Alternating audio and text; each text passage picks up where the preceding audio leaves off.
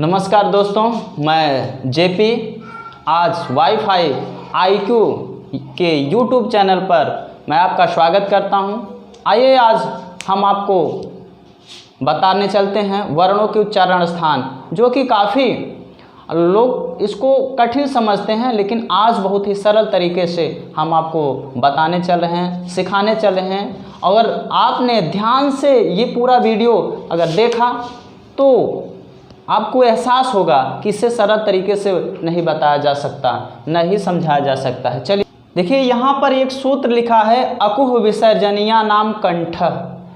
अगर आप इस सूत्र को तोड़ कर देखें, इसमें जितने भी अक्षर आते हैं, जितने भी वर्ण आते हैं, वो कंठ से बोले जाते हैं। तो पाणिनि महोदय ने एक सूत्रात्मक शैली अपनाई है। आइए हम देखते हैं इस सूत्र में कौन कौन से वर्ण हैं। यहाँ पे कहा गया है अकुह विसर्जनीया नाम कंठ। अकुह का मतलब है ये प्रारंभ में जो है, आदि में जो है अ है, इस अ से दो अक्षर समझिए, अ और आ दोनों, अ और आ दोनों। अगर संस्कृत व्याकरण में कहीं कु लिखा रहे तो आइए हम समझते हैं उसका अर्थ क्या होता है।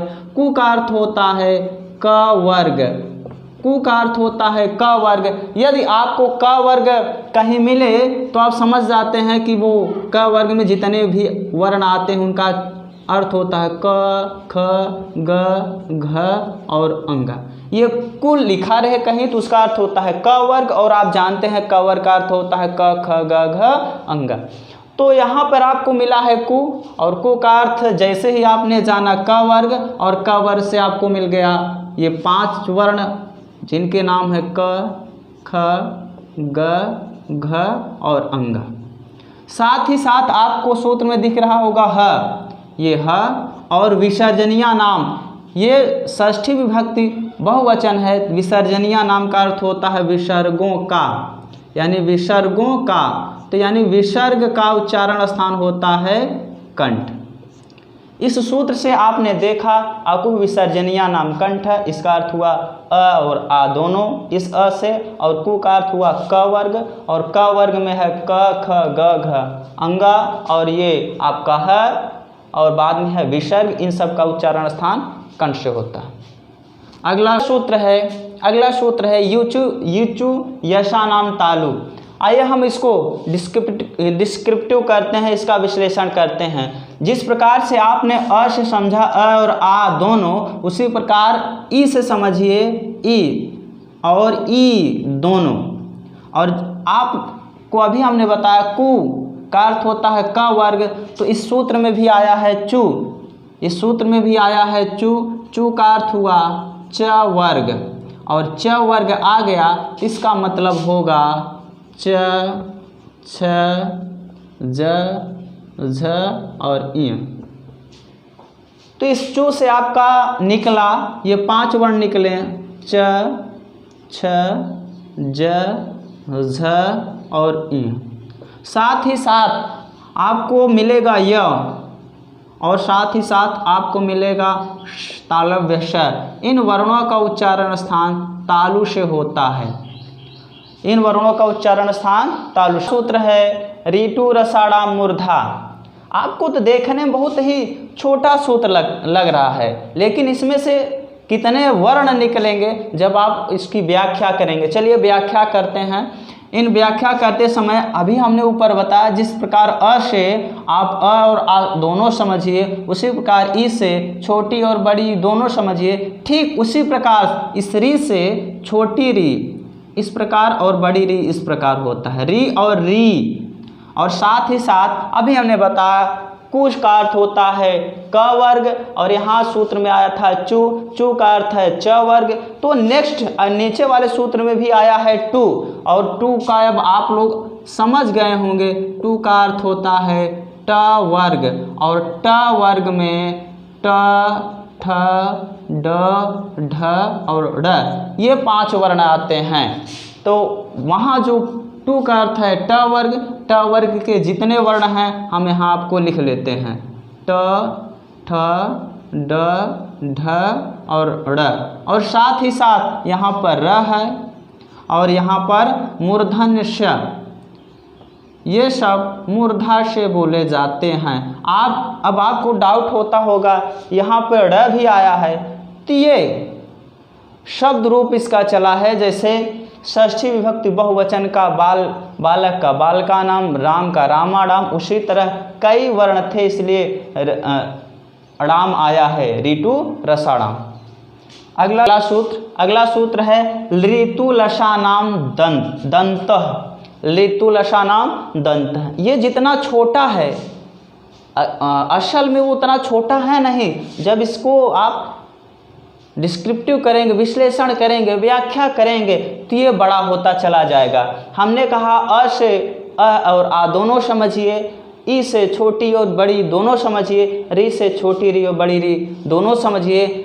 दोस्तों ली से बड़ी ली और छोटी ली कतई नहीं समझिए, क्योंकि ली वर्ण का दीर्घ नहीं होता।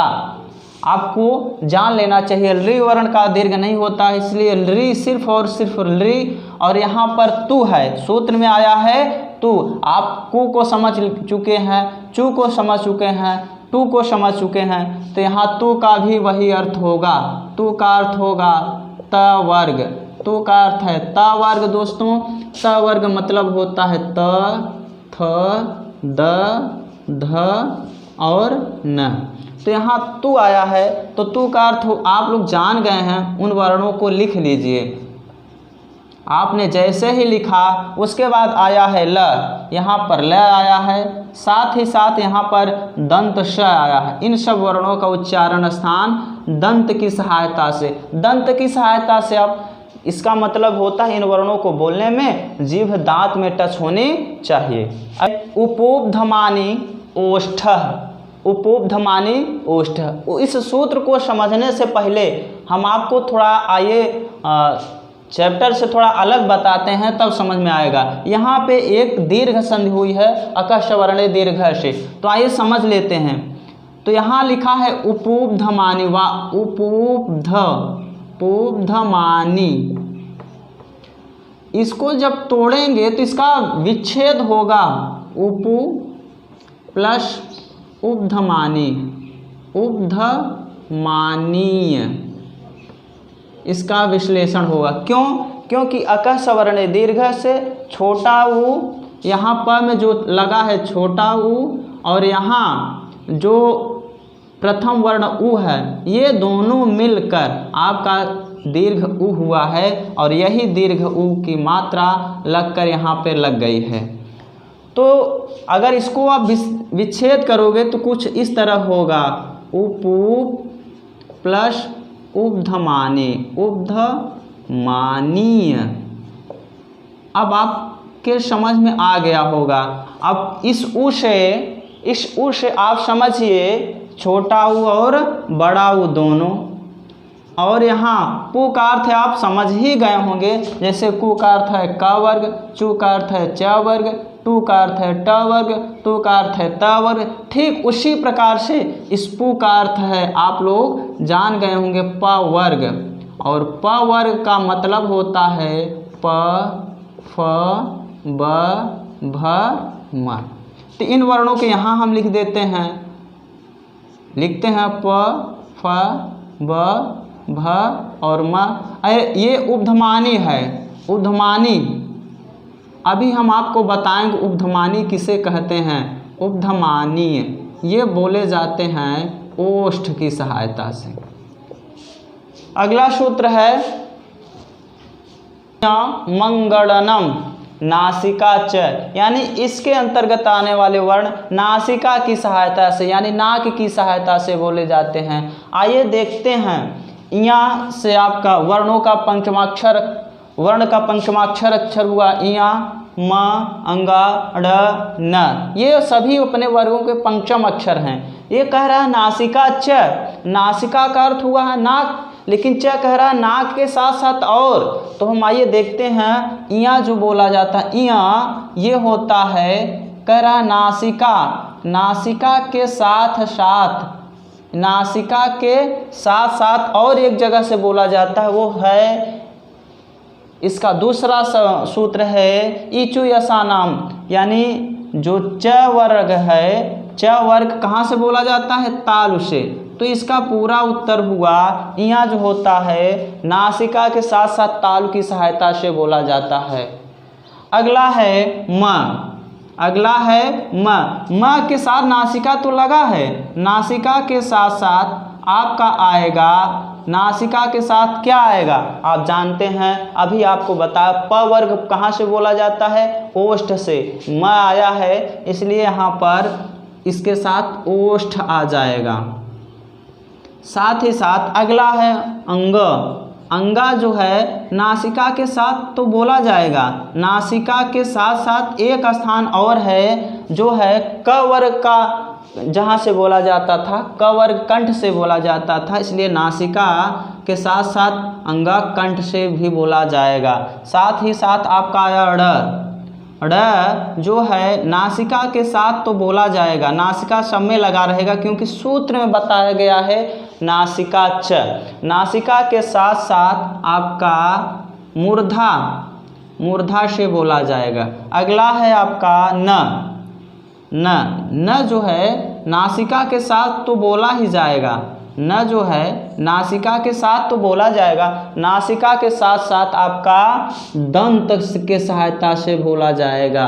यानी ये जो सूत्र कह रहा है इया मंगड़नम नासिका च, इया मंगड़नम नासिका च, ये नासिका के साथ साथ बोले जाएंगे। ये जो च इशारा कर रहा है, च कहीं और इशारा कर रहा है, वो कहीं और का अर्थ हुआ ये ताल, ओष्ठ, कंठ, मूर्धा और दंत। आइए अगला सूत्र बताते हैं। अगला सूत्र है ए दैतोह, कंठ प्लस ताल, यानी इनसे इस सूत्र से निकलने वाले वर्ण, ए दैतोह से निकलने वाले वर्ण कंठ और ताल ये दोनों की सहायता से बोले जाते हैं। चलिए हम देखते हैं ए दैतोह में कौन कौन से वर्ण हैं, इनको अलग अलग करते हैं। ये आपका है ए, और यहाँ पर है ये, अगर स्वर इससे, इस वर्ण से, इस व्यंजन से स्वर अलग करेंगे तो यहाँ आपका आएगा द में हलंत लग जाएगा, और ये आपका है अय, ये है अय, और ये आपका है तोह, ये आपका है तोह। जब ये संधि है जस संधि कहती है, यदि त के बाद कोई वर्ण को जोड़ना है तो त के स्थान पर द हो जाता है। तो इसकी असली अवस्था है आपका त, यहाँ हलंत तो यहाँ हलंत, और ये है अय, ये वास्तव में ये त है, ये रूप चला है, षष्ठी विभक्त द्विवचन का रूप त का चला है तो हो गया, तो वास्तव में ये है। आप देखे होंगे माहेश्वर सूत्र में त इत संज्ञक वर्ण कहीं नहीं दिखाया गया है। अब कहेंगे इत संज्ञक क्या है, तो मित्रों इत संज्ञक का अर्थ होता है हलंत वर्ण। हलंत वर्ण कहीं नहीं दिखाया, इसलिए ये यहाँ आया है तो इसका कोई अस्तित्व नहीं है, इनको कैंसिल कर दीजिए। आपके नए वर्ण मिले हैं ए और आय, ये दोनों मिल गए और कहाँ से बोले जाते हैं, कंठ प्लस तालु की सहायता से ये दोनों बोले जाते हैं। अगला सूत्र है ओ दौ तो है। फिर इसको आप अगर अलग अलग करेंगे तो ऊपर वाली कंडीशन फिर से फॉलो करनी पड़ेगी। यहाँ पर आपको मिला है ओ, और ये वास्तव में द जो है ये त है। अभी हमने बताया त में हलंत लगा है, जैसे ही हलंत लग गया ये जो है औ की मात्रा, ये जो स्वर है अलग हो गया, और ये है तोह, ये तोह है। और ये हमने कहा ये वास्तव में इसका असली रूप त है, इसका असली रूप त है। जिस तरह राम का षष्ठी विभक्त द्विवचन में रामयोह बनता है, बालक का बालकयोह बनता है, उसी तरह त का तोह बनता है। तो ये वास्तव में है ओत प्लस ओत, और ये है औत, ये है औत, और ये कैंसिल हुआ, आपको नए वर्ण मिले ओ औ। ये दोनों बोले जाते हैं कंठ प्लस के ओष्ठ, ये दोनों कंठ और ओष्ठ की सहायता से बोले जाते हैं। अगला है वकारस्य। वकारस्य ये बोला जाता है दंत ओष्ठ, दांत और ओष्ठ की सहायता से। वकारस्य का अर्थ हुआ व का, जैसे षष्ठी विभक्ति का चिन्ह होता है का, के, की। उसी तरह ये दर्शा रहा वकारश मतलब व का क्या, आप उस पर समझिए उच्चारण स्थान कहाँ से, दंत ओष्ठ से, यानी व का उच्चारण स्थान, व का उच्चारण कहाँ से, दंत ओष्ठ, ओष्ठ से बोला जाता है। अभी हमने आपको बताया था एक और है 10 है जिह्वा मूलीय, जिह्वा मूलीय। ये जिह्वा मूलीय जो है ये जिह्वा की जड़ से बोला जाता है, जिह्वा की जड़ की सहायता से बोला जाता है, जड़ की सहायता से उच्चरित होता है, उच्चरित होता है। अब आइए देखते हैं, अभी हमने आपको कहा कि ये आप बताएंगे अभी आगे चलकर उपधमानीय क्या होते हैं।